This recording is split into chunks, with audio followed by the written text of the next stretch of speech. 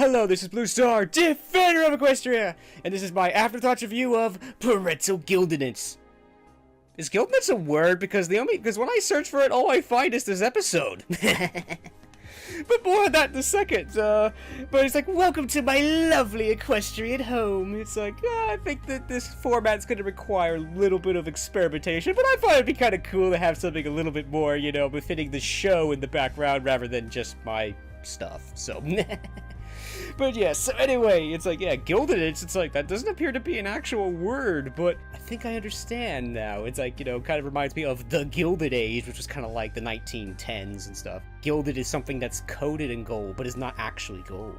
You know, the parents basically gilding every single thing that their child does, like making a big deal out of every little thing, even though it's actually not really a big thing and all that. So that's sort of what I think this title is meant to be. So because yeah, at first it's like, yeah, at first I thought parental guidance, that would have made sense, but it's like, anyway, enough of that. I must admit, I like this episode now. I mean, I think when I first saw it, I was like, oh no, we're not gonna have to put up with this through the entire episode, are we? No.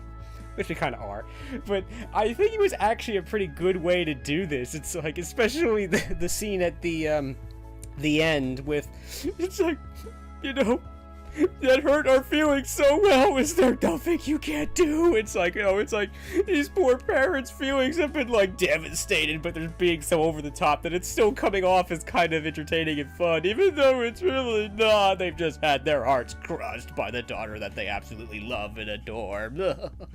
But I think that was the right way to do that, so that, yeah, you definitely get the feeling that the parents are upset, but it's not such a downer that it's a downer. So yeah.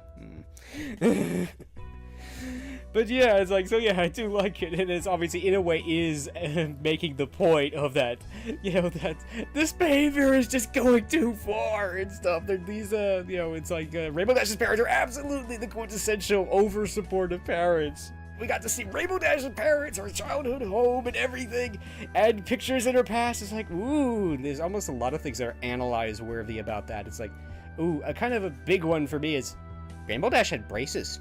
And obviously the other one is that Rainbow Dash wasn't the best at everything. Oh no!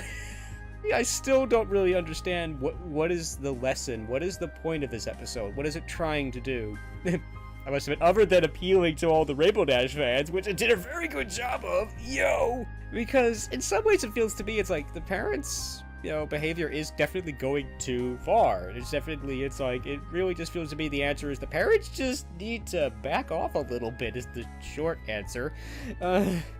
But, you know, like, and Rainbow Dash wasn't wrong a little bit, you know, per se. I mean, she was wrong, obviously, because she yelled at her parents who were only trying to be supportive of her, because it's only because they love her and all that. And they're just so genuinely proud of her, and so like, good for them and everything. It's also easy to be like, this is embarrassing. It's like, you did realize that I lost, Mom and Dad. Why are you so proud of me for? It's like, I lost. Oh. But that's in a way what you should be supportive. Like, you did your best. You know, we're proud of you for doing your best and stuff like that. I mean, again, it's like, not being a parent, I find this episode difficult. So, because like, I'm not really sure how to respond to this. So, but yeah, so I'm still a little confused by this episode, but I still like it. I think it was an interesting episode. I mean, this one may not necessarily have had a moral, I guess. Maybe. I'm not sure. Another interesting thing is we actually got to see a little bit more into the Wonderbolts. And I think the Wonderbolts, in a way, they were so much fun for me in this episode, because I have a feeling they've been through this before. Probably with their own parents. It's like, I'm so proud of you, honey. You became a Wonderbolt. I'm just so proud of you. Or they've experienced this with other Wonderbolts parents and stuff. It's just... So, they probably have been through this before, they understand this and everything, so they're just like, you know, we're just gonna stand back and enjoy the show. Because, you know, we've been through this, and now we're just gonna enjoy watching Rainbow Dash go through it. And don't worry, it'll be fine. And the Wonderbolts were actually very supportive of Rainbow Dash. I mean, even coming up to her parents, you raised a good daughter, yo, and all that. Good for them. But I also like that scene. It's like when the Wonderbolts are just like, yeah, let's give her some time with her family. And it's like, I think Rainbow Dash is thinking, it's like, no, don't leave me here, come back. Don't leave me here with my mom and dad. Oh no! But anyway, yeah, it's like the ever interesting thing about the Wonderbolts this episode is that we got to see the other side, sort of the public relations side, you know, like signing autographs, doing photo shoots. It's like, yeah, the Wonderbolts are primarily about flying, but they're also about doing those kind of public appearance kind of things. And yeah, we've seen that before, but I don't think we've seen these kind of things before. So, which I thought was kind of nice. So now moving on to Scootaloo, there's an interesting thing of like, you know, it's almost hinting that she doesn't have supportive parents. It's interesting that, you know, it sort of raised the question, does she even have parents at all? But it's one of those things, if it doesn't disprove it, but doesn't prove it either. I mean, my theory is that her parents are probably ashamed of her disability, so they're not very supportive of her. It sort of reminds me of a line from Chips, which was this cop show from ages ago. I think of the 70s. But anyway, it's like, in one episode, there were some parents who had a child, and their son, I think, had some sort of mental disability and would, like, run off into the woods all by himself and stuff. And the father once says, he was like, after the mother's like, oh, he's special. It's like, you make it sound so nice. Our son has a mental disability. He's, like, ashamed and everything. So that's my theory on this, is that her parents are ashamed that, you know, she's a Pegasus and she can't even fly.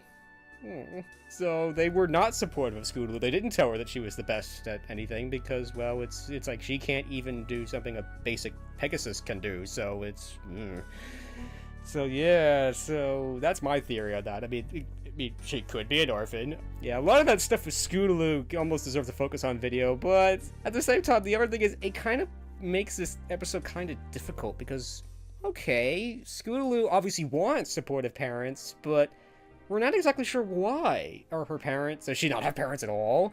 Are her parents abusive or not supportive, or do they not care or something? Are they ashamed? It's like, it makes this kind of difficult. It's because it's like, I don't really know the way that Scootaloo relates to this episode, so I'm not really sure how to respond to it. So it's sort of like, yeah, it's cool, but I don't really connect to it that way because I'm not sure what the connection is with Scootaloo and her parents, so yeah, I think, you know, one minor thought is like, you know, it's like, Rainbow Dash is definitely like, yeah, why would anybody want parents like these? It's because, you know, because some people don't have supportive parents like this.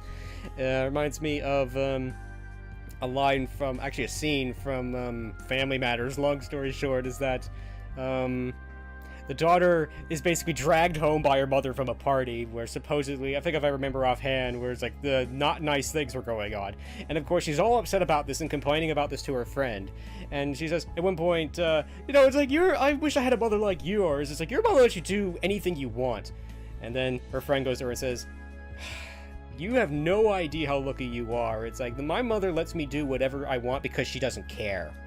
And almost in a way ties back into Scootaloo and everything, but yeah, so again, that almost deserves a whole focus on video, but until we get some more information on this, I think I'm just gonna leave that there. So yeah, I think this episode was okay. I mean, it definitely was kind of fun, it was entertaining, and it was interesting. I'm just not really sure if it accomplished what it was trying to do, because once again, I'm not really sure what it was trying to do, so And definitely all the Rainbow Dash fans will definitely love this episode. It was definitely a really, really, really nice thing for the for DHX to do this, because this is definitely something the Rainbow Dash fans, and probably in a way all the MLP fans would want. It's like, we all want to know about the backstory, you know, the childhoods of all the main six. So for the Rainbow Dash fans, this was awesome. Yo! So I hope you enjoyed this video, and as always, thank you for commenting and liking and subscribing, and until next time, this is Blue Star. Stay strong and pony on. Blue Star out.